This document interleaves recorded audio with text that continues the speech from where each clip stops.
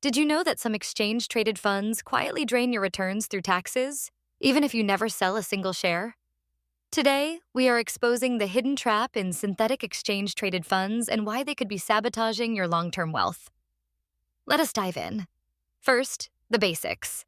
Synthetic exchange-traded funds do not actually own stocks.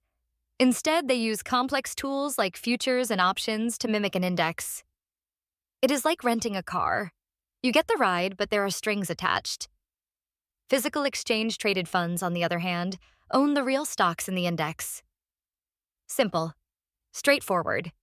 No tricks. Here is where synthetic exchange-traded funds get dangerous.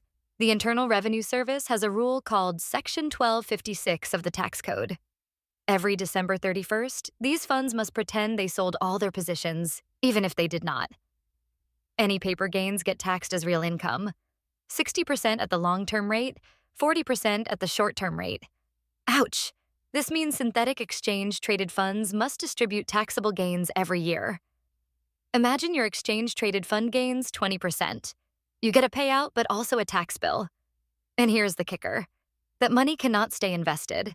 The fund's value resets, like hitting a growth reset button every year. Let us crunch numbers. A $10,000 investment in a synthetic exchange-traded fund earning 8% annually might grow to $38,000 in 20 years after taxes. But a physical exchange-traded fund?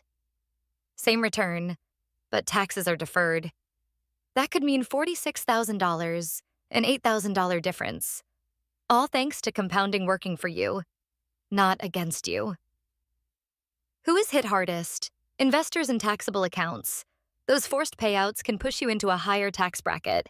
Even if you reinvest the cash, you are starting each year with less fuel in the tank. Physical exchange-traded funds have a superpower: tax deferral. No annual taxes on gains. You only pay when you sell, letting your money grow untouched. Less friction, less stress, more wealth. Now, synthetic exchange-traded funds are not all bad. They are useful for short-term trades or in tax-advantaged accounts like individual retirement accounts or 401k plans, where taxes are deferred anyway.